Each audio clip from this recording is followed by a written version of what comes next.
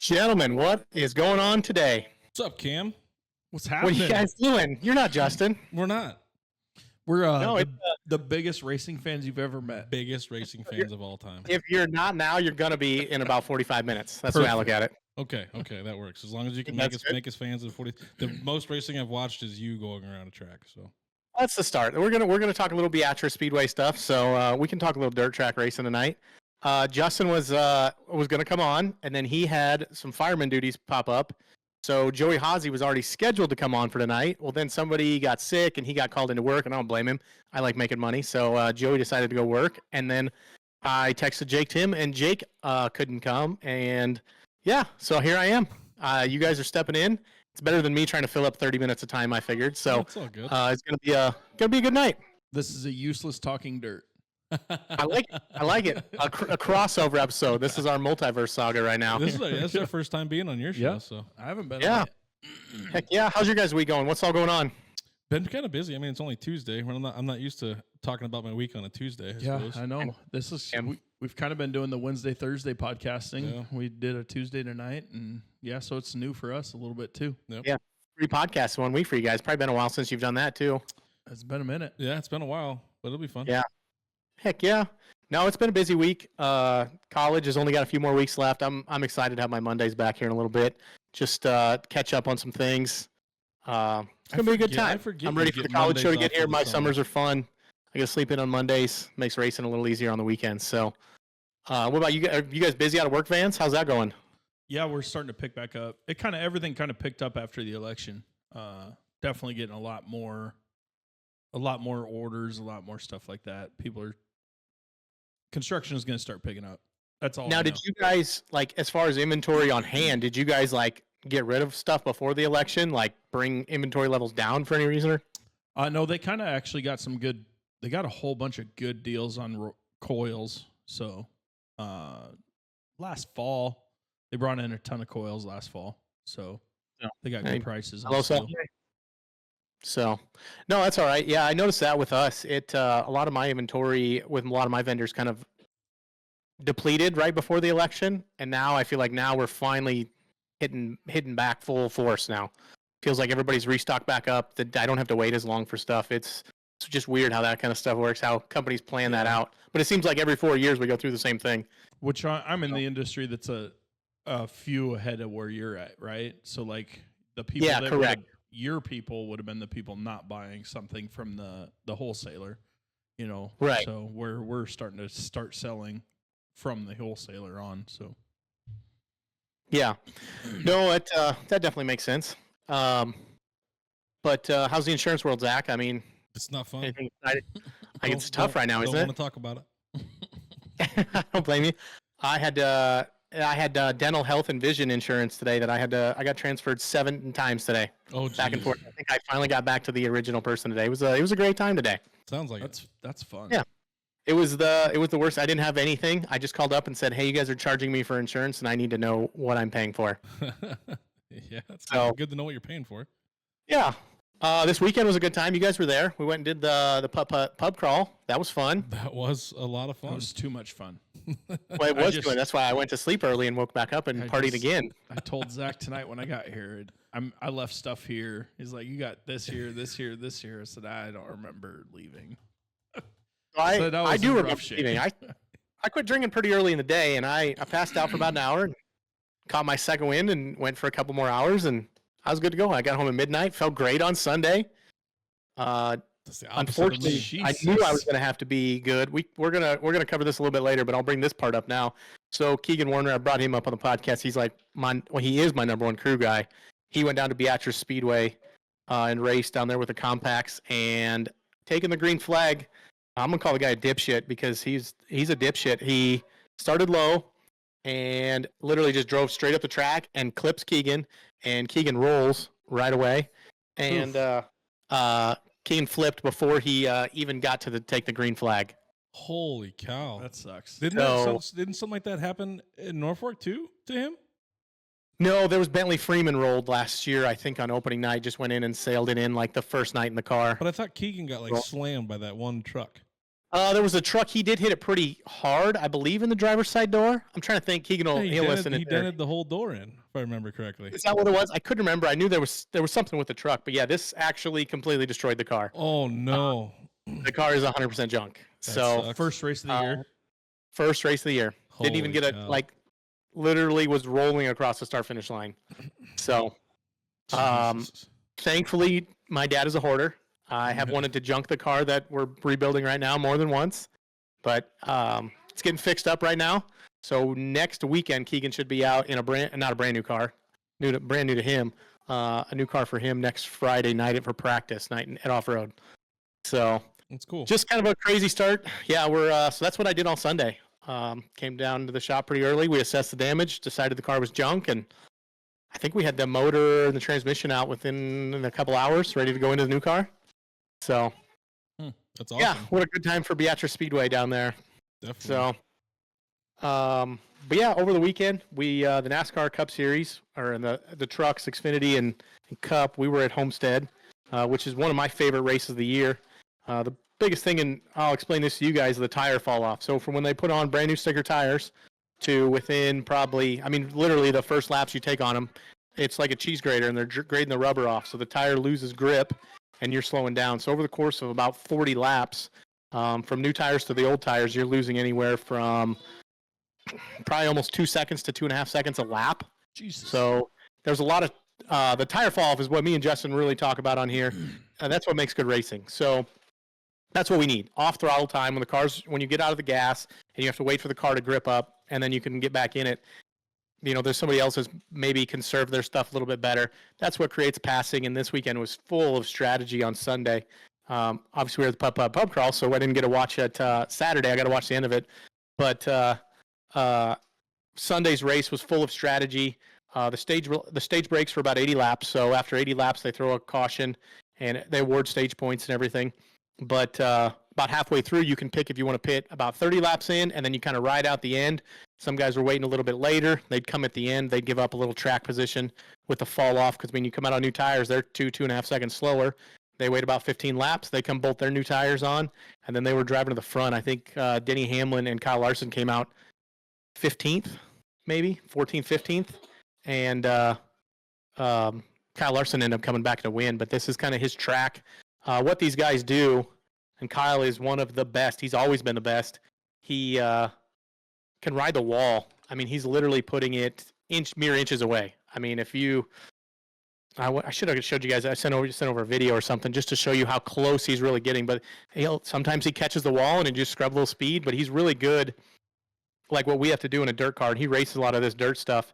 He comes in and he almost backs the car into the corner a little bit and kind of hits it with the right rear. Most guys, when they're doing this that aren't as good as him, they'll come in and they'll hit the right rear and it'll actually hit them and then it slings your right front into the wall. But however he does it, however he's got it figured out, he can come in and just graze the wall just a little bit.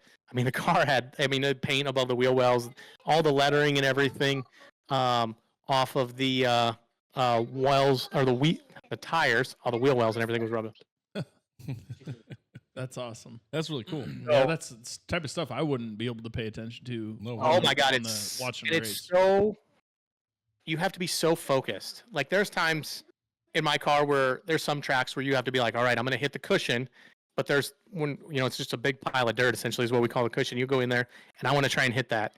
But like he's literally, and with us, generally you can jump over that. Like you'll go over that into the marbles and the loose crap up on the track. So if you miss it, it's you're going to cost yourself time. But like. He's literally inches away from the wall, but what they say when you're doing that, you almost like there's a pocket of air, so you're packing the air up against there, and that's what holds him off the wall, in some sense. I can see that. If you're going fast enough, that would happen for sure. Yeah, like the aerodynamics and everything. But just to do it lap after lap after lap, on the Xfinity race, I did get to watch the last few laps. It was insane. He was about 7 to 8 tenths a lap faster. I know we're talking in tenths of a second, but that's huge compared to when. That's probably 4 or 5 mile an hour coming down the straightaway. Wow! And he's so good to be able to come in and carry the speed through the center of the corner and to get it to rotate. So that's the biggest thing is what Kyle does. He's one of the best that's ever done it. There was a video, and I'm gonna try and find it here. I'm gonna keep talking. But Dale Jr. talks about it, how when Kyle Larson came in, he thought he was decent. And he comes in and Kyle Larson came into the sport and how he could wrap the wall so much better. Here we go. Was it just practice? Commit entry, being next to the wall with speed, I think is important. A lot of people, I feel like they try to enter fast, but they carry that speed a little bit too far, and then that's when they either hit the wall or they have to stop too much too late around the corner. I just have a good rhythm and cadence to like entering against the wall with the right amount of speed where I don't have to decelerating obviously, but I'm decelerating in a nice way and getting to my minimum corner speed, I feel like, earlier than most. You do have to drive in the corner a long ways. I feel like in turn 3 at Homestead, when I'm behind people anyways, I feel like I drive in, a few car lengths deeper than them, but also get stopped a little sooner than them and then able to, accelerate. Turn 1, I feel like I'm about the only one that runs the wall. I don't know, it's fun, feeling like you've got something figured out that the field still has not figured out, and obviously it's a huge advantage of mine there. So Key kind of breaks it down there.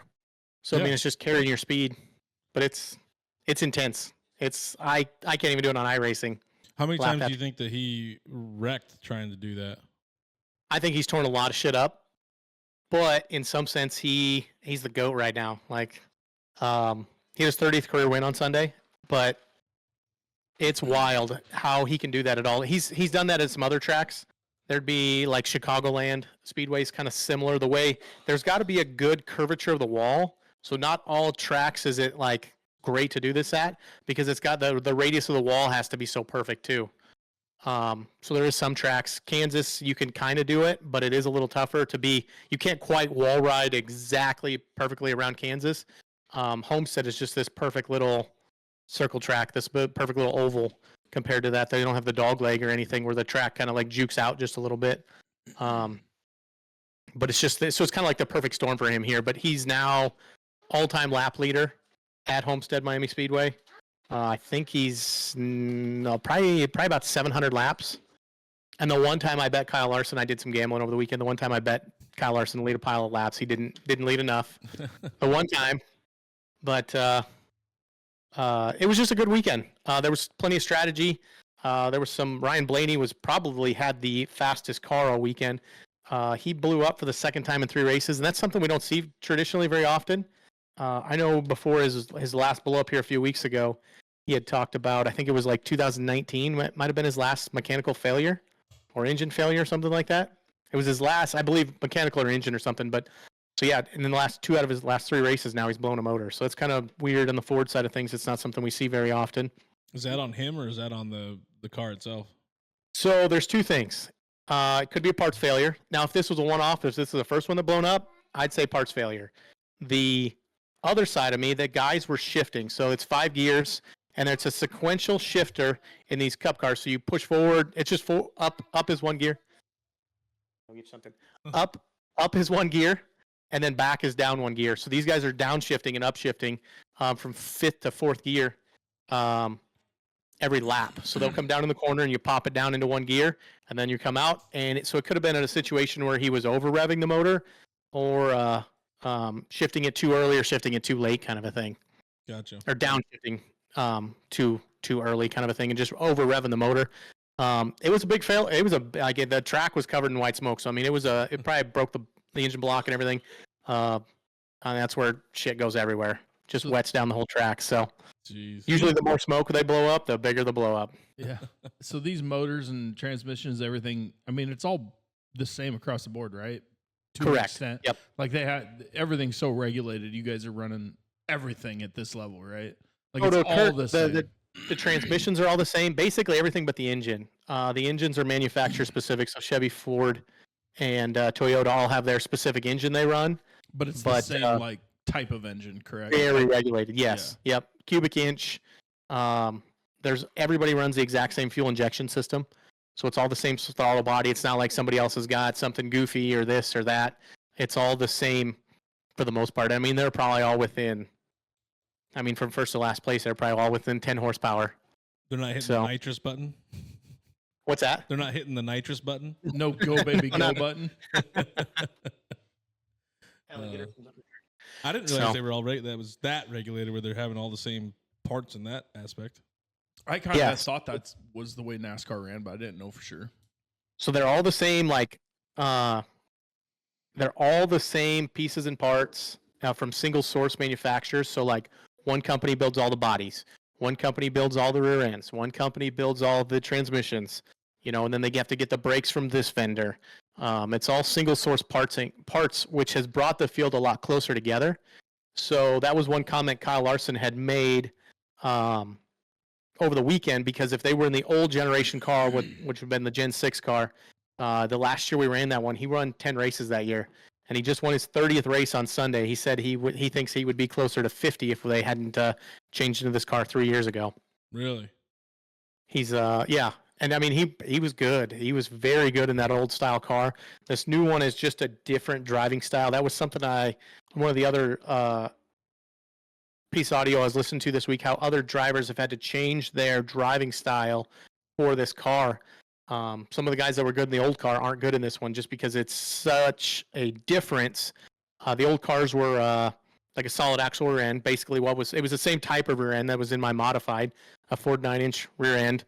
And then these are now an independent, like a sports car suspension. So it's just a different feel. There's not as much sidewall in the tire, and it's all what we just feel in the car is just different. They grew up and they ran on a 15-inch tire their whole life. their whole life they've drove on a 15-inch tire with a certain amount of sidewall, and now all of a sudden you get into an 18-inch tire that has half the sidewall. The tires aren't any taller, the sidewalls are just that much shorter, and then what you don't feel, it's all the feel of what the car does and how it moves around. It's just different. So some drivers can adapt and some can't. Kyle Busch is one that was great in the old car that has struggled to find his specific feel, what he likes, what he can move forward with in this car. There's a lot going on now in the last 3-4 years. Sounds like it. So you don't want to be one of those manufacturers, though. Get that contract. Oh God, it's got to be killer. It'd be. I mean, each car. I mean, I don't really remember how many cars each team used to have, but now I think they can have each car. So if you've got a 4-car team like Joe Gibbs Racing or Hendrick Motorsports, you could have up to 8 cars per team now, I think. And they were struggling to get cars ahead at that point in time when they first came out.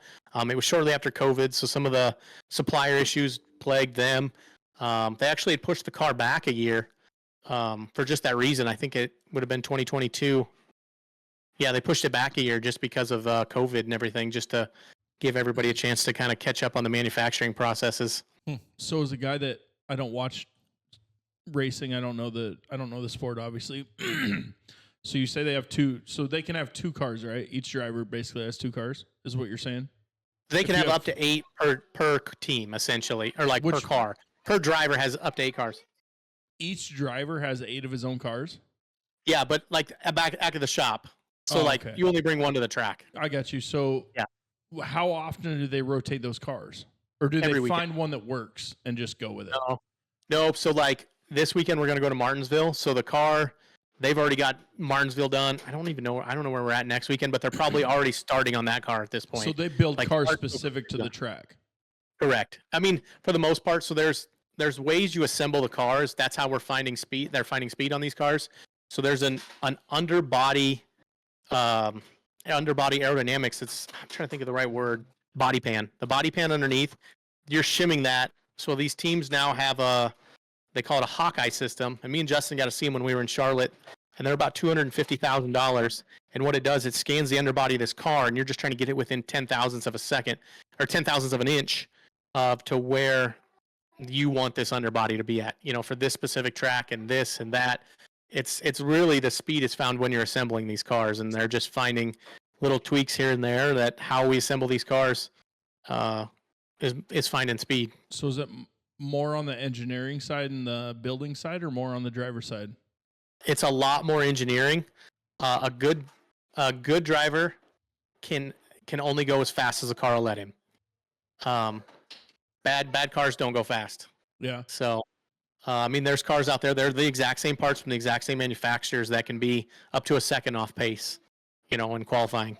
But it's just all how they're assembled and small. I think it's like the teams can play with about a 1/4 inch of shims. With the cars are built in 3 sections, and there's shims you can put in between these sections of the cars, and that changes how they drive.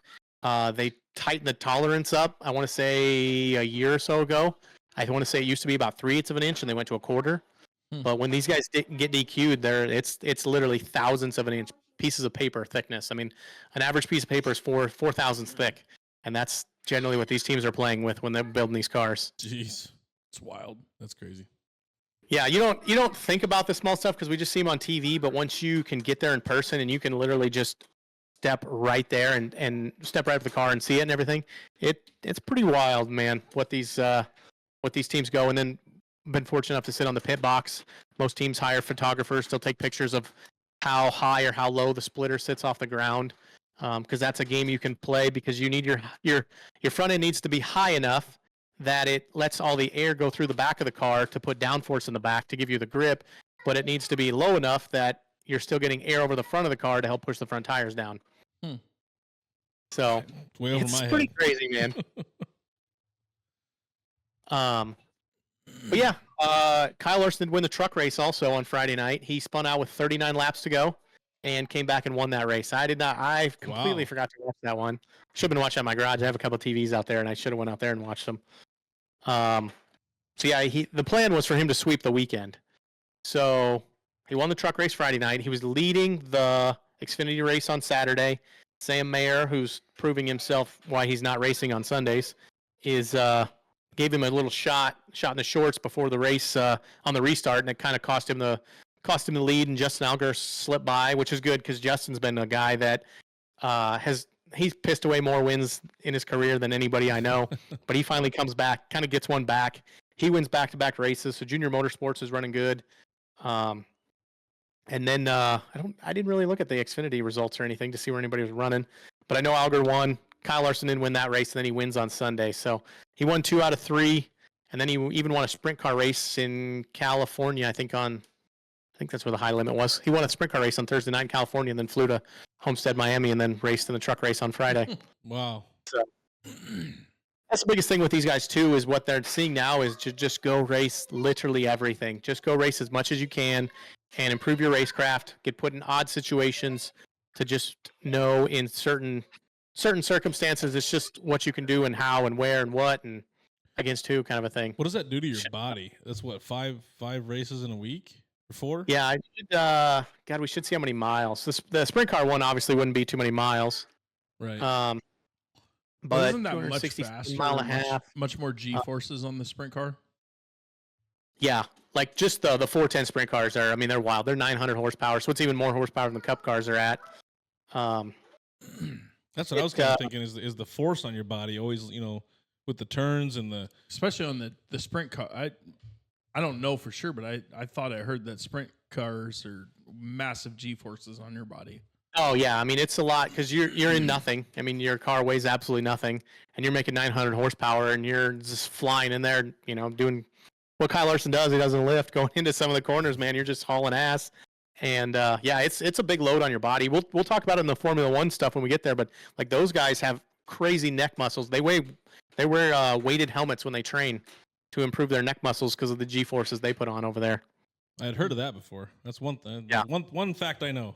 Yeah, the sprint car guys don't exactly do that, but yeah. So it was 400 miles on Sunday. It doesn't tell me how many miles they went on Saturday. And 200, so 600, so probably 300, so 900 miles of racing in just 3 days, and then racing the sprint car on Thursday night. Jesus. So yeah, it's wild, man. It's pretty crazy, and to get in there and be competitive, and he should have won all 3. Only one guy, Kyle Busch, has done it twice in 2007 and 2010 at Bristol. I've won the truck race, the Xfinity race, and the Cup race. So he's probably got a lot of racing left in him, though, doesn't he? He could do it again, Kyle. Oh yeah. He's 32 years old, so he's probably got 10 to 12 good years left in him. Gotcha. So what's your speed differences between Friday, Saturday, Sunday? So that's the funny part that we're in right now with the Cup Series, with the engine packets they're in to try and bring in more manufacturers. The Xfinity cars actually have more power right now. They probably was trying to find the qualifying times, but it wouldn't surprise me if the Xfinity Series actually turned faster laps than the Cup Series do, which is kind of wild at some of the tracks. Maybe not specifically this one, because the Cup cars are so hooked up. I wouldn't believe how hard it is to try and find results for some of this stuff. Yeah, we're just putting you on the spot. Sorry. No, you're good. I like these questions. You're bringing people that don't know anything about racing on. Getting different questions coming. Bringing two useless dipshits on to talking dirt. That's what you did. I like this. No, that's fine. This is but no, that's a big thing. So the horsepower is less in the Cup Series than the Xfinity right now for just that reason. Just to try and bring in, because it sounds like Dodge is going to come back in the Truck Series next year, or Ram. And then possibly Dodge come back in the Cup Series in 2028, 2027, in a couple of years, I think. So that'll be good. Just to bring more manufacturer support. Trash, and they can't get good enough. What's that? So what you're saying is Dodge isn't a good manufacturer, and they got to have everybody brought back to them. They kind of bitched out here 10, 12 years ago, and they left the sport. And that's kind of left a sour taste in. I do think I want more I want like 5 or 6 manufacturers. I want a ton of them, because the more manufacturers that come in, bring the more eyes to the sport. And it's just, I say it all the time, high tide rise all ships. Yeah. If we could bring in more, like I wouldn't care if they're foreign, be like a Honda or Toyota in here. Toyota's like the largest U.S. auto manufacturer. They make the most cars in the United States than the other big 3 do. So it'd be nice to just have Dodge come back and just another brand in the sport. So, but yeah, that's kind of all I got for the NASCAR stuff. Do you guys got any questions on anything? That was a lot of information. I don't think so. I think I asked all the ones that came up. The only thing I did forget was, and I want to bring this up for everybody listening, because Ty Gibbs is pretty shitty right now this year. That kid is, and I like talking trash because I'm not a big Ty Gibbs fan, and neither is Justin. He's 34th in points right now. Or son? Yeah, he's the owner's kid. Yep. He's DNF'd 2 out of the first 6 races. Only 34th in points, only behind Cole Custer, or only ahead of Cole Custer by 8 points. So just can't get anything going right now. So he's just a legacy piece of trash. Is that what you're saying? He had so much promise, and I really don't know where they're off. He isn't a new crew chief this year, and I don't know. There's just no speed. But even at the end of last year, there was no speed in the car. If you look back, I paid attention to some of the results from last year. I went back and looked, and his last 10 races, I think his best finish is 16th or something. There's been no top 10s, I think, since last October. So you hate Ty Gibbs the way I hate LeBron James. Good to know. It's not quite that. He's just, I don't know. It could be. I suppose we could probably put it that way. You just said you like to talk shit, so I want to talk trash to him. Yeah. I appreciate it. I love that. But LeBron James has records and stats to back up some of his stuff, though. Ty Gibbs has never won a Cup race yet. There you go. There you go. So he's worse. So he's like Bronny James. Yeah, I was just gonna say like Bronny. Yep, I was just like his kid. His kid's playing now, James. and he just legacy piece of trash. There you go. But there was promise for the kid, but I don't know. He just rubbed me the wrong way when he was coming up through the series, and just never been a big Ty Gibbs fan. So tell us how you really feel. I'll leave that for Justin, because he will go way more harder than I will on that one. Good. And then we had a Formula 1 race over the weekend. So I did turn this on. My TV, I had it set to auto tune. We had to turn this on because it was on at 2:00 in the morning on Saturday, or Sunday morning technically. It was a heck of a race. It wasn't the most exciting race, but with the final results and everything that came out, some cars got DQ'd. The Ferraris got disqualified. 1 kilogram, or 4 kilograms, is what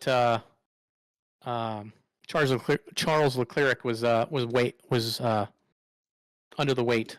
So I don't know how many kilograms are in a pound, but it ain't many. No, I didn't do the math on that. Definitely not a drug dealer.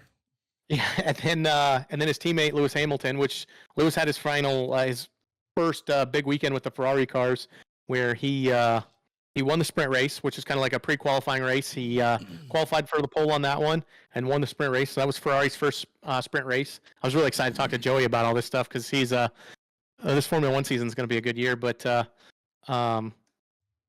was entertaining. And then he comes to the race and he finishes 6th, I think. And then he had 1 0.1 millimeters of. They have wear blocks on the bottom of these cars, so when they're so close to the ground, it basically you can't get the car too low, or it will wear the wear blocks. And his wear block was 1.1, or no, it was 1 full millimeter low. So he got disqualified for that. Yep. Yeah, and that's like wow. That's like so 1 millimeter would be 16 gauge material. Oh my gosh. So that's what you're dealing with is about 16 gauge.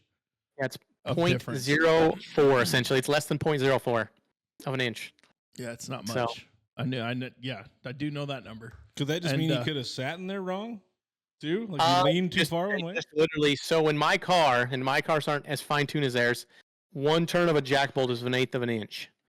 So, that's crazy. So somebody just turned something too much. Yeah, so that's 1/8 is obviously point. It's what is that 0.125. Yeah. Wow. So that's 3 times. So that's 3 crazy. times the actual limit. Yeah, that's insane, and that's what I'm dealing with is a turn here, a turn there, and they got disqualified for that. So then some cars got jumbled up in the running order. Haas had a good day. Esteban Ocon finished 5th, and Ollie Beerman finished 9th, I think. So it's the first time Haas has been in the double points. So only the top 10 in Formula 1 get points. So if you finish 11th on back, you don't get any points. And that goes towards your constructors, which is a really big deal. So that's your car builder, and then your driver points. So to have both cars, and Haas is our backmarker team. They're our U.S. Formula 1 team. So to have them both be in the points, that was a pretty big deal. Isn't this Lewis Hamilton kind of one of the bigger names in Formula 1? I've seen his name a lot. Yep. So he's And a I don't 7-time watch it. champion. He rivals Ayrton Senna and Michael Schumacher. I would probably still put Senna up at the top, and then Schumacher second, and Hamilton. It's kind of like the Kobe Jordan conversation. Michael Schumacher and Lewis Hamilton. It's the exact same conversation. So kind of was changing of the guard. Lewis comes in, wins all these races, but he just switched teams to Ferrari. He just feels like to solidify his name as one of the greats is if he could come back and win in the Ferrari. It's just a big deal to race for them and be on there. And I'll be honest, I've never really been a Lewis fan until now that he's in the Ferrari. I found myself cheering for him the last 2 races, so it's kind of funny that way. I've always been a big Ferrari fan, but So what was he running before that? he was in the Mercedes. So that would have been he was there since 2012, I want to say. He went over there. I'll have to check out one of these Formula 1s this year. Yeah, I would not recommend. I think it's the Japanese Grand Prix this weekend. I think it's another ugly time for me, unfortunately. So we're at China. Up next, Japan. 1400. That's track time. Usually they do really good at converting over. Should be about midnight my time. That's not bad. So it's not bad. That's not the worst. Like I said, 2 a.m. was pretty rough. I did watch parts of qualifying Saturday morning. I couldn't sleep real well, so I was so excited for Saturday. Didn't sleep real well, so I watched parts of qualifying. But yeah, then qualifying's on from 1 a.m. to 2 a.m. Friday into Saturday. So yeah, there's good races and bad races. Usually when there's rain involved, it's pretty awesome. So with them being at Suzuka this weekend, usually it rains in Japan. This could be a pretty epic race. Is that just due to some like the sliding or? Yeah, because then they have 5 sets of tires. So they have hards, the softs, the intermediates, the full wet weathers, and then the super softs. But we don't really see them. They only bring those to really hard tracks, surfaces. But yeah, the intermediates and the full rains, they take. I mean, it's literally Pirelli makes these tires for them to shed water. It's insane. I mean, the water trail, the roost is so tall behind them. I've seen that. Yeah. It's crazy. But it's just a good time to watch in the rain because it's so much more. It's like us racing, from the heat race, where there's moisture in the track and the cars hook up a lot easier. And then you go race in the rain and you just have to be so much more careful. Because any little slip, and I mean, because with a Formula 1 car, they make so much downforce that if the car isn't turning good enough, you almost have to drive the car in harder into the corner to make more downforce to put more weight essentially on the front tires to help it turn. So higher it's one of those speed in? Yeah, so you actually have to drive, okay, my car's not driving good enough. I need to actually drive it in deeper into the corner to make more downforce with more speed to get it to turn. That's some scary shit. Right. Like, to me, that is literally the most terrifying thing I've ever done in a race car. Wow. So, just confidence, just pure confidence. Definitely. But lots of hours of practice. the big Formula One news, I should have just started with this. Liam Lawson, who drives for Red Bull, which they've Max Verstappen, that's kind of Lewis's rival for the most part. He's won the last 4 world championships. His teammate Liam Lawson, who was new this year, just got kicked out of his car today. And Yuki Tsunoda, that drives for the junior team, the junior Red Bull team, the Racing Bulls, is getting promoted. And I talked to Joey about this, and I talked to one of my other Formula One buddies, like, hey, what do you guys think about this? I hate it.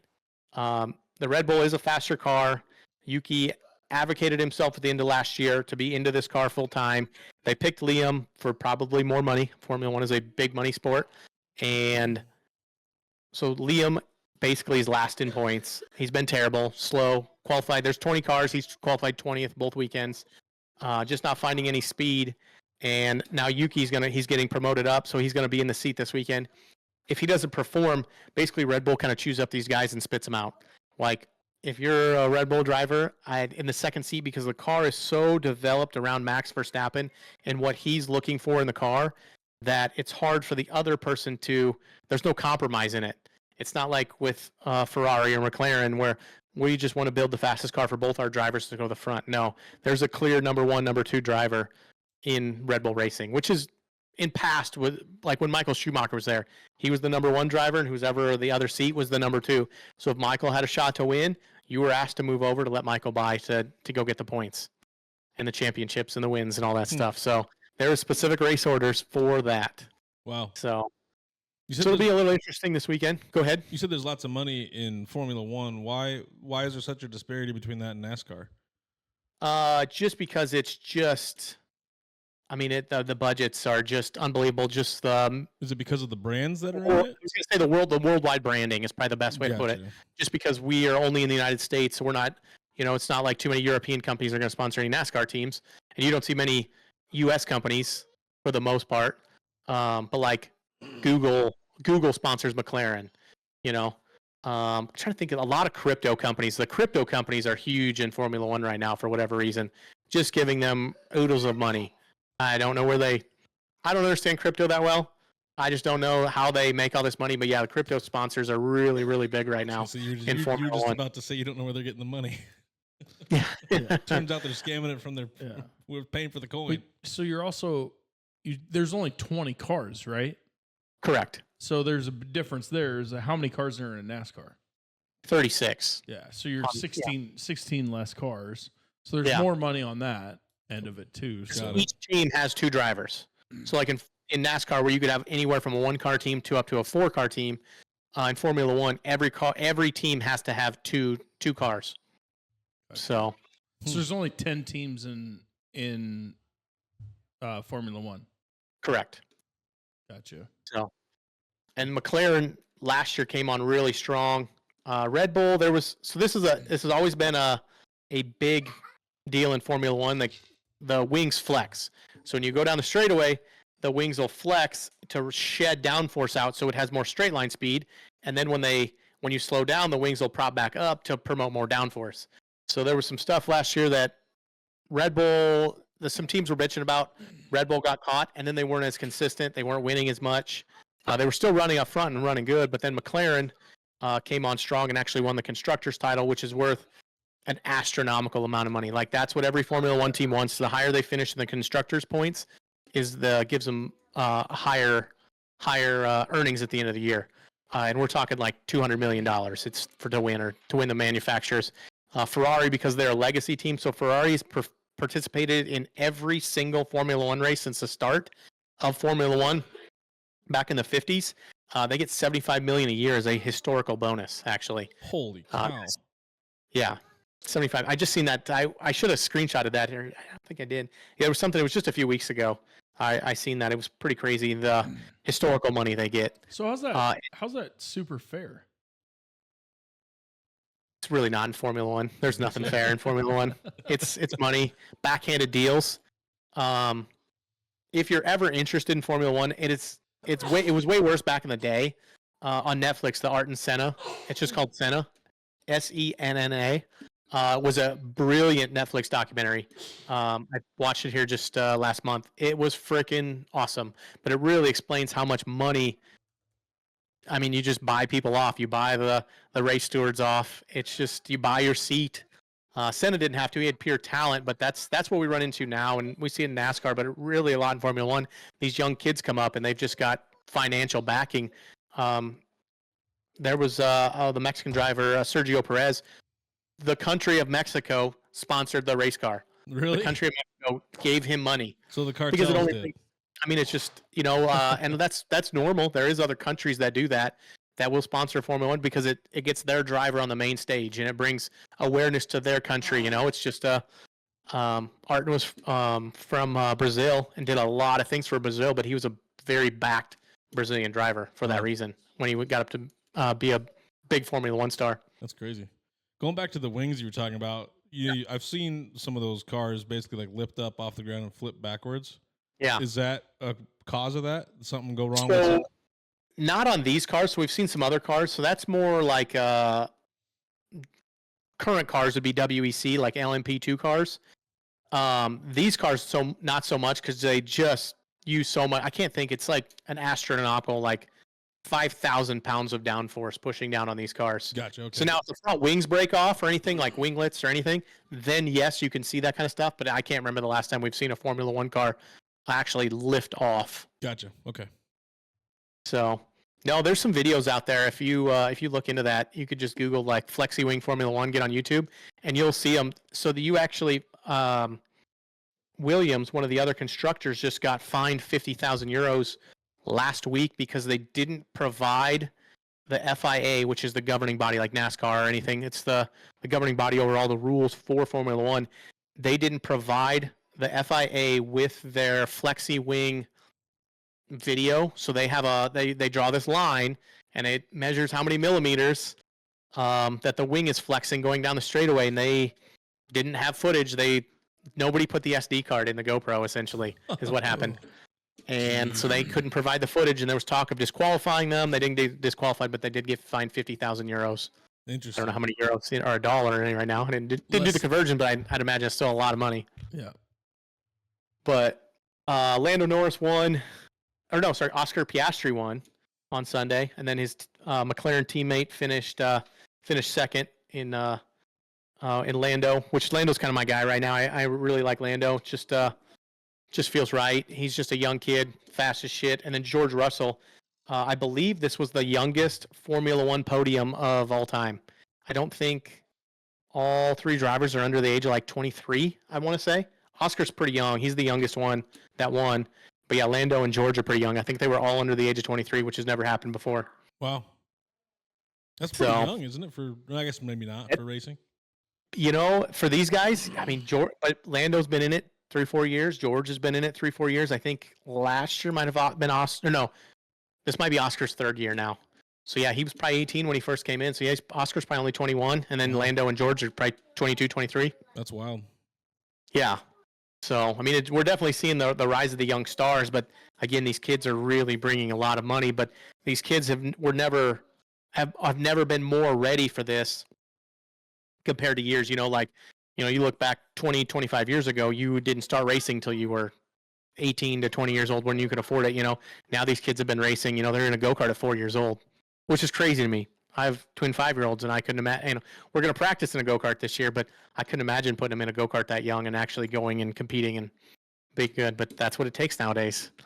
Crazy. So, but yeah, it wasn't the most craziest race. I woke up at about 7 a.m. on Sunday to watch. I watched the replay of it. It wasn't the craziest race. Most Formula One races aren't. That's why you got to take everything with a grain of salt. You're probably not going to be completely blown away the first time you watch it. But once you figure out these back markers and you're looking, maybe not the top 6, but maybe 8th through 13th, there's some really good racing going on through the midfield, which is always fun. Once you kind of learn who the drivers are, their personalities, their rivals, who they don't like, and the Drive to Survive series on Netflix also does a really good job of that. Some of it is kind of fake and made up, but for the most part, you get a really good behind-the-scenes look at what they do and travel and I mean, because every race, they're going from. We started in Australia 2 weeks ago. Then we went from Australia to China, and then China to Japan, and then I think there's. Oh no! Then we go to Bahrain next. Then we're right into Saudi Arabia. So we have no weekend. The first 5 races, no weekends off, and then they go from Saudi Arabia to Miami, which the Miami Grand Prix is always. It's just a big show over there. It's just they make $1 million off of that race. We're the only country that has more than one race, and we have 3 of them in the United States right now. Wow! Mainly because of the Drive to Survive series. So, yeah, it's definitely kind of crazy. We get Miami, then we have because all the ones here in the United States are on the street, right? COTA down in Texas is actually a circuit. Oh, okay. So if I was going to go to one, that's what I would go to. I've just always wanted to go the Circuit of the Americas. That would be a really fun one. Las Vegas is again just another show. The racing isn't that great, but they can charge a gajillion dollars to look out some hotel onto the track and everything. Every year they've had it for 2 years now, and it's been a kind of a shit show. I think the first year they were like $5,000 per ticket on those. Well, weren't they putting up like barriers so you couldn't see? Like you literally could not see. Yeah, it's wild. So yeah, it's still going to be a good year. I'm really excited. It's probably the most I've been into Formula One in the last couple years. That's good. So yeah, I'd tell anybody to watch a race. And IndyCar did race this weekend at the Thermal Club. Last year they had their big $1 million race here, so this has been the first points race. Pat O'Ward, which is arguably probably so he rivals some of the followers of Formula One. But so this is like the United States version of the Formula One. The cars are more kit cars, kind of like our Cup cars are. You get pieces and parts, and you just bolt these together from single source manufacturers. But there's different aero pieces you can put on, and you can develop your own suspension in these cars for like shocks and everything. So it's a little more open than current NASCAR. But Pat O'Ward sat on the pole, which he's one of our big names over there. But then Alex Palou, who's the defending IndyCar champion, won the race. It was his 13th career win. Alex is a rising star. He's probably going to end up in Formula One here before too long. I know he's done some testing and everything, so it's kind of cool just to see. I mean, he comes over here, runs great in IndyCar. It'd be nice to have somebody go over there to Formula One. The Formula One guys definitely look down on the racing we do over here. They look down on us like it'd ever be hard in Formula One to ever get a U.S. driver because the Europeans don't like us Americans. Of course, for whatever reason. So they hate us over here. Logan Sargent was in Formula One, but he didn't even make it a full season last year. He did get kicked out. He was kind of our one hope, and I think he's actually going to retire from racing at like the age of 24 or something crazy. Wow. Because he just didn't make it in Formula One. But Plo wins. I didn't get to watch any of the race. This is what sucks. So the NASCAR race is on Fox and the IndyCar race is on Fox, and they're both at the same time. So I need more TVs at my shop, I think, to be able to watch all this. I'm sure you can fix that. I know I have one. It's just to put up another TV in the shop. It's just how many TVs do you really need? I mean, during March Madness, 4, during race, who knows? That is one reason I do like YouTube TV. I made the switch last year. You talked me into it, and that is a switch I'm definitely glad I made. Yeah, for just that reason. Up to $100 a month. But. Yeah, but Hulu's not that far away. I know. And that's the way you got to look at it. I mean, we're definitely paying more than we were for. Well, I never really paid for cable for the most part. I've been streaming my whole life, but yeah. But it was the first caution-free race in 5 years, so kind of surprisingly there. That is surprising. Yeah. Which road course racing we don't see as much. Like a guy can spin out and keep the car going, but no one had any big accidents or anything. There wasn't a ton of carnage. The thermal place is like this is like a high-end club race essentially. So you have to be a member of this course essentially, and it's like vacation homes that are around here. So it's kind of set up like our place we have down in Kearney, the road course down there with little condos and everything, but on a gajillion-dollar scale. You have to have like I don't know how many supercars or something. There's so many requirements for you to get a membership at the Thermal Club to go, and just kind of a crazy little deal down there. Interesting. But yeah, that's kind of all my professional racing. We did do a little dirt track racing. We kind of covered Keegan's stuff earlier, but they did race down at Beatrice this past weekend. It's 2-day showdown there. Finally got some dirt racing in. Trevor Noonan won Sport Mods down there. He's come up to Norfolk a few times. He actually owns a company. I'm gonna probably, once my car's wrapped, my car will be wrapped this week, guys, and that's the other thing. Perfect. Before I forget, the Northeast Nebraska Racing Hall of Fame has the there show this weekend out at the War Horse Event Center, which is Divots out there. You'll see all the trailers and all the cars out there. Saturday from 10 a.m. to 5 p.m. There is a car show out there. If you're remotely interested in race cars, just come out because we'll have everything from. I know Scott Hauser's bringing his drag car. I think somebody else is bringing another dragster. If you are into it, if you have questions on anything, please come out. Come sit. I'll let anybody sit in my race car. I'll be out there most of the day. There'll be go-karts out there. So if you're interested in go-kart racing, we'll have people from the go-kart track. I know some of the other surrounding tracks will have booths there, so you can grab schedules. For anybody that's remotely interested in coming to any races this year, come out, check out the cars while they look pretty, because they're not going to look pretty for long. So it's a great spot. I was told there was 60 spots, and there was a waiting list to get in. Wow. So no matter what, I think we'll get 60 race cars, and I was told there was 12 spots for go-karts, but they're already going to start shoving them outside. So I'm about it should to be bring the kids. Yeah, I'm excited. I want the twins to sit in some go-karts and everything and just see what they think and gauge their interaction level. So The Kai's got like a conference all day, so I can just bring the kids out and Perfect. Yeah. let them go check out the race cars. Heck yeah, let them come sit in. Climb on shit. Yeah, climb on shit. They're gonna get wrecked anyway, so who cares? Yeah, like I said, come out there now. They look ain't gonna pretty. fuck it up. So because I'm a procrastinator on some things, my wrap should be here on Thursday. So I have a You got Yeah, tight. it should be here on Thursday. We're gonna wrap it Friday night and then push it straight. Well, we'll have to. It needs to sit out in the sun. So Saturday morning, I'm probably gonna have to. I don't think it's gonna have any time to sit out in the sun. Probably when I get there, I'll let it sit out. But yeah, we're gonna unload cars about 8 a.m. and then the show starts at noon. And I'm sure or at 10. They're probably gonna have some food. I know they'll have some drink specials and everything. I don't know, David. It's been so long since I've actually been out to the event center. I don't know what they'll do for food or anything out there. But yeah, everybody come out to that, and then we start racing next weekend at Off-Road Speedway too. By the way. Damn, already. But, yeah, I will not be racing. They don't run my class. It's only sprint cars and stock cars, which should be a pretty decent show out there.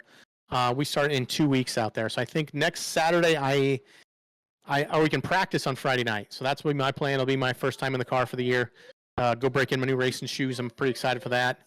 Go practice Friday night, and then if everything goes well, I've got a MAC meeting in Columbus on Saturday, and then I'm gonna bebop over to Harlan, Iowa, and go race over there. I think.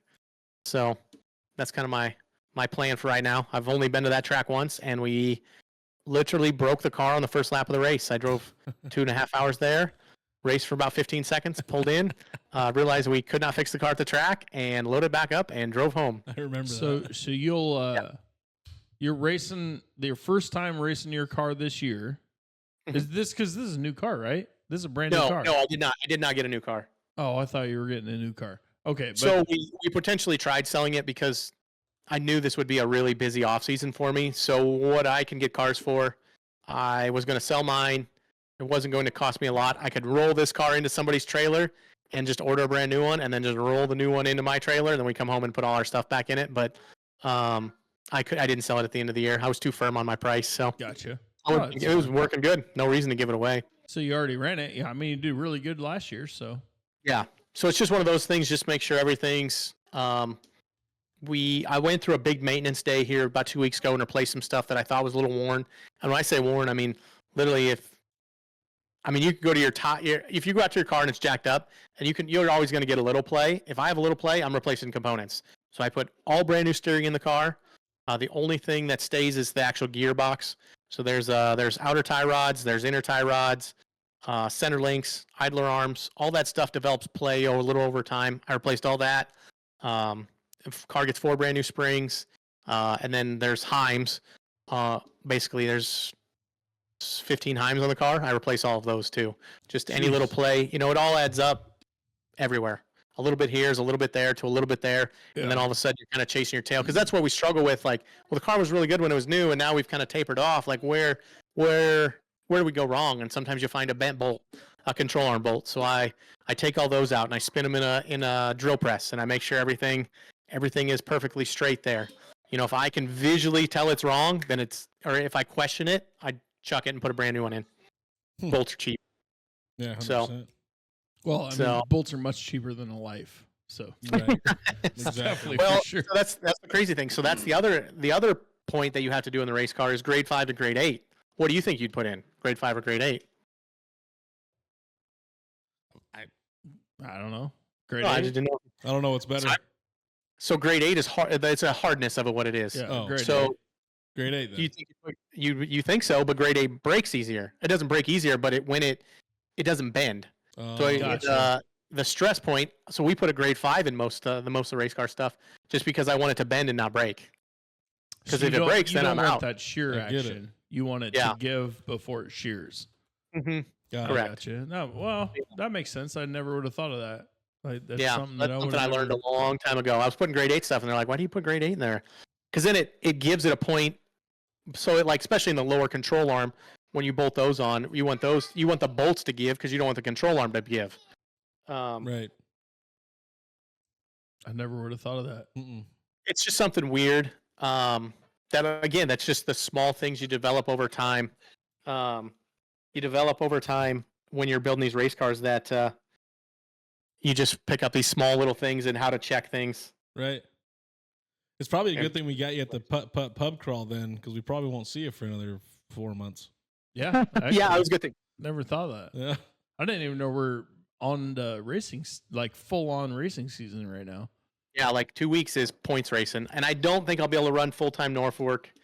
I've got a vacation scheduled for a tool show in July, and we've got the Iowa NASCAR race, so I don't think I'll be able to defend my title this year unless I get 2 lucky rainouts, which has happened before. I have been very fortunate, but we'll wish for that for you. And you're fine with that? Yeah. That's something you go into it thinking, or what? It's one of those things. I've done it in the past. Like last year, I did not plan on running for points because I was like, oh, I've got the Iowa NASCAR race. Well, the Iowa NASCAR race happened to be on an off weekend that we didn't have a race scheduled out there. But to hit 2 rainouts the 2 weekends I'm going to be gone, man, that's you're going to be one lucky son of a bitch if you can pull that off. Yeah, that's cool. My brother did that one time in 2017. Yeah. He needed to win the track title out there for his, like, to finish up his national points run. But my cousin got married down in Florida, and they raced on that Saturday. And the forecast looked like rain all week. And about 1 o'clock on Saturday, they called the races off, and he ended up winning the track point title out there because we were in Florida and the races rained out. So we probably used up all our luck there. Well, that works. One time, me and him, we drove down to Topeka, Kansas. They had the NHRA race down there, the big national event with all the pros. And me and him went down on a Friday night, and we knew that the weather did not look good for Saturday.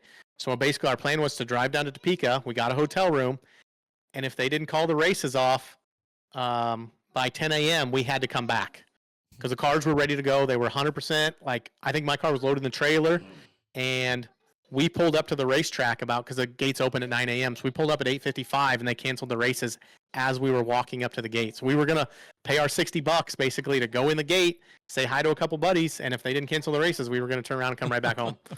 So we gambled, and the races rained out that day. So I've used up my luck on a couple rain days. So that's great. Just one of those fun things you got to do over the years. And that's the only bad part. I wish we could come up with a drop schedule. So like I could miss a night or two and still win the points, but it's a consistency over the whole year.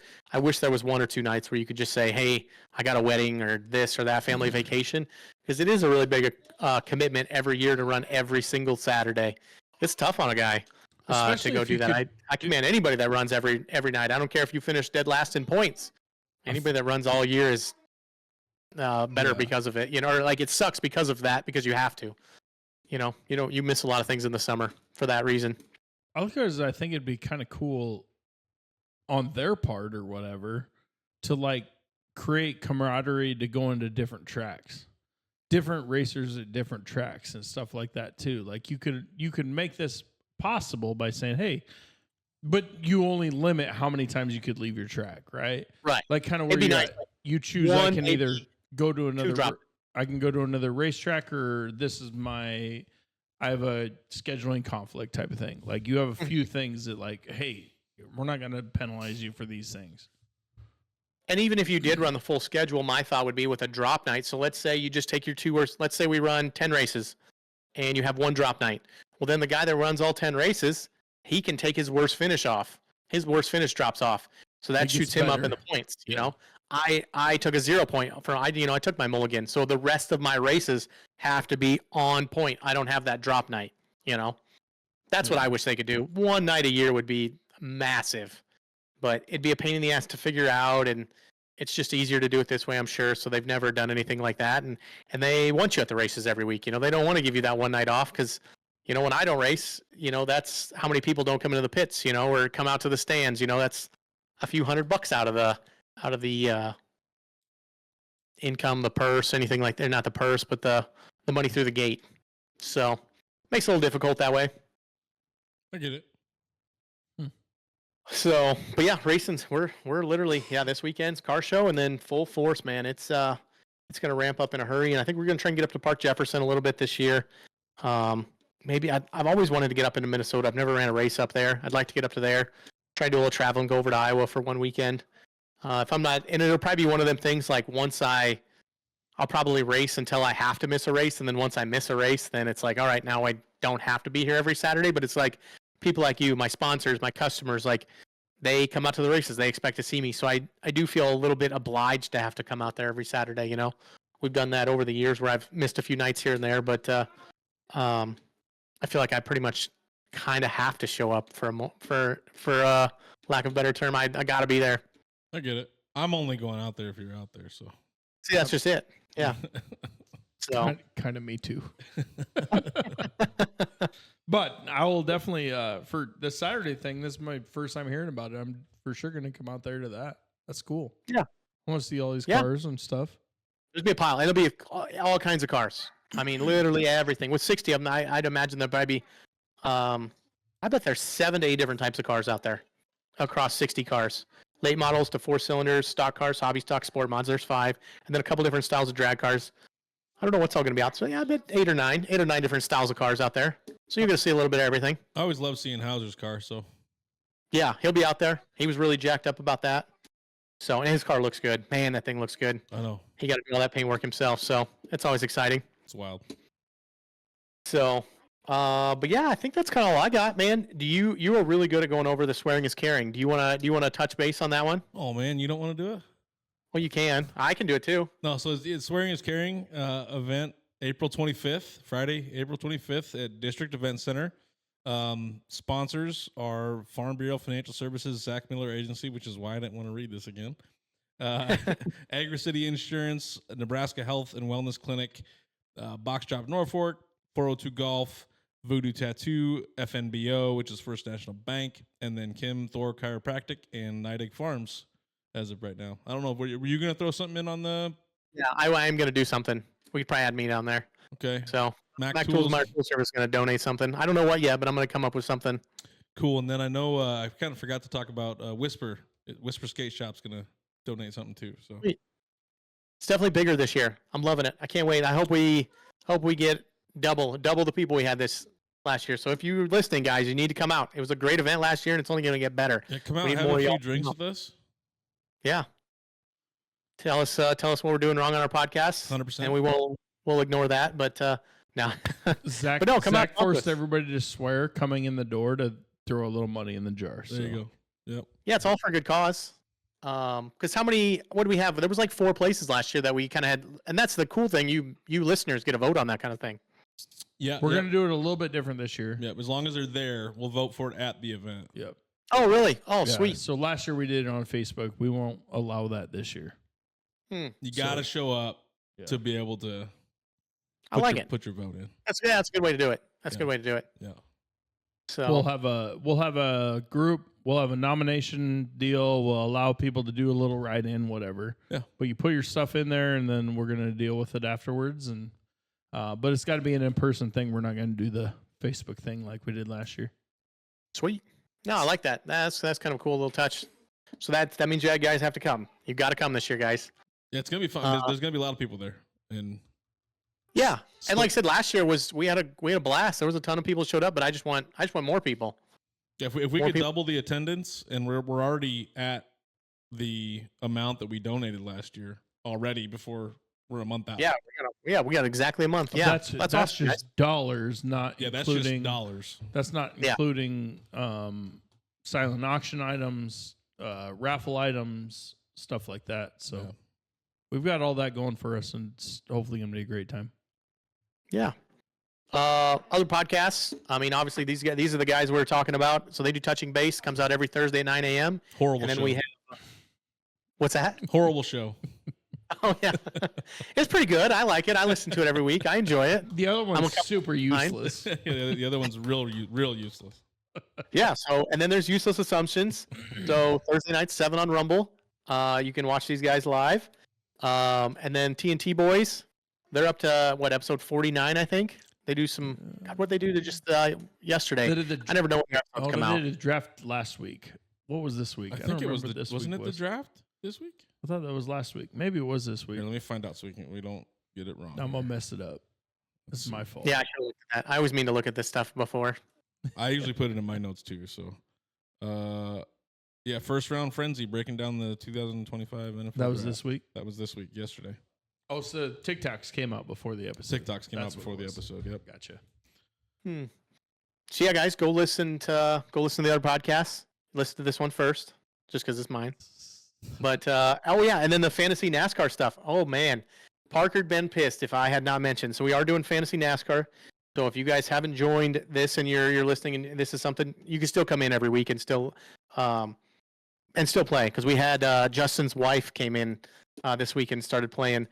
Parker did win this past weekend. I should have beat him. I moved one of my drivers out from the garage into the race, and that person had a blown motor, so I fucked myself there.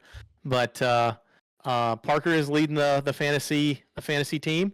And then I did figure out who T-Schmol was. That's Taven. So Taven, here's your shout out. Taven actually is a technician up in Sioux City that listens to us weekly. So Taven, here's your shout out. Good job last week. I'm coming for you this week. I'm 21 points behind you, and I'm going to pass you. But yeah, we got 11 people in. Come join. I mean, it's just been How something do we fun. join it? Give us that. Let us know, real quick. What's that? Throw How do you join it? How do we join it? Oh real yeah, quick? you can go to NASCAR.com and then go to Fantasy Live. Talking Dirt is the name of the league, and then Agent Life is the password. Sorry, I got more tablet issues. My kids have Hey, had Bug. You're good. more What's up, tablet Bug? issues tonight than I would like to admit. I got a giggle out of pulling him out of the garage. Kinda, yeah. Zach laughed pretty hard on I the did. garage. I was thinking, I'm thinking bench, and you went with garage. Yeah. Is that Oh, is that yeah. like the term? That's actually what they call it. Yeah, that's what. So when you build your Pulled my team, driver That's out of the the bench. The garage is the bench. yeah, that's exactly it. I see. I've never played any other fantasy sport. So you pick your main 5 drivers, and then you put your one in the garage, and then before the third stage starts, you can pull that driver out of the garage and put somebody else back there. I mean, it makes sense. It makes sense. It Yeah. just threw me off a That's little bit. probably why they came up with that. That's funny. I did not know that there. I never thought about the bench thing, but yeah, that's what we have Two in different fantasy NASCAR. worlds. So we got a good little group of people. Like I said, there's 11 of us right now, and anybody that comes on every week, you can get your little shout out. And like I said, at the end of the year, I didn't have any Bobby updates, but somebody will be able to ride in Bobby or my brother's little turbo truck. So that's a real fun prize. So That was a funny yeah. story when you told that story. that was the story. Always, it's gonna live in my life forever. Like I'll never forget Bobby's face. I just wish I'd had a GoPro when he showed up, man. I wish I I could would have have just been there. God, it would have been fucking hilarious because it was the funniest thing. Like it got done, and I'm like, "Holy shit, did that just happen?" Like the next day when I'm just like working on the truck, it's like, "My God, this is the wildest thing to ever happen." Just a good old Facebook Marketplace story. Nice. But yeah, that's all I got. Anything you guys want to wrap it up with? I think Thanks we for got having this. Yeah, I appreciate this. This is fun. Zach Yeah, reached out to me. good He time. says, "You want to do this?" Hell yeah! Don't know nothing Let's about go. racing, but let's go. You know, so the original plan, guys, before these guys had come on, my plan was to talk the entire time. I was going to try and shoot for 30 to 35 minutes and literally just talk. I was going to try and find a couple of videos so I could at least. This is the first time in 2 seasons that I did not have a drink the entire podcast. I just realized this. Oh no, I didn't have one drink the entire podcast. I didn't even grab anything. we distracted you. Yeah, it's got. It was a wild night. My grandparents are back from Texas, so they were over here right before we were going to record. So Well, and we were way early for you. I told you 8 o'clock, and I called you like at 7:15. yeah, you're like, hey, we're good. I'm like, oh shit, give me some time. So, but nope, I appreciate you guys coming on. So I didn't have to. I did talk a lot, but at least I got a few breaks in there. We'll have to do it again. We'll do it again This for is sure. fun. I learned more on racing in this little deal, like because I got to ask the questions I wanted to ask. Sometimes what I want to do is I would like to live stream a race. So if I could get Justin up here, and if you guys want to come over, like put a webcam up on top of my TV, and then like somehow like broadcast the TV and us, and just have a live stream, and just because it's fun. It's fun watching the race with other people, and like where you guys don't watch as much. I can be like, well, this car's loose. This car. They're struggling with this. They're struggling with that. There's some things I'll call out before the announcers do. So it's a good time. That's something I would like to do at some point in time. That'd be fun. Yeah. Everybody come over for Sunday. Yeah. Let's figure something out. 8,500 day or something. That'd be fun. Yeah, right before Memorial Day. So we wake up. But see, you got to be hardcore because you got to wake up usually wake up about 6 a.m. to watch the Formula One race in Monaco. And then that gets over and that moves into Indy 500 pre-race. And then you watch the Indy 500. And then you turn over to the Coke 600. And then you watch the NASCAR race. So you watch races all day long. Triple Crown. Pub crawl all over again. Yeah, that one gets pretty rough at times. I'm out. I'm never doing this putt crawl ever again. I'm out. I felt like we were pretty behaved this year compared to last year. I felt last year we did not pace ourselves well. I feel like we all learned a little bit from last year. At least the ones that did it last year to this year. And don't remember Irish goodbye. What's that? I Irish goodbye, and I don't remember Irish goodbye. You did just disappear all of a sudden. Everybody's like, "Where's Vance?" I might have been sleeping on the couch at that point in time. With so shoes. I left.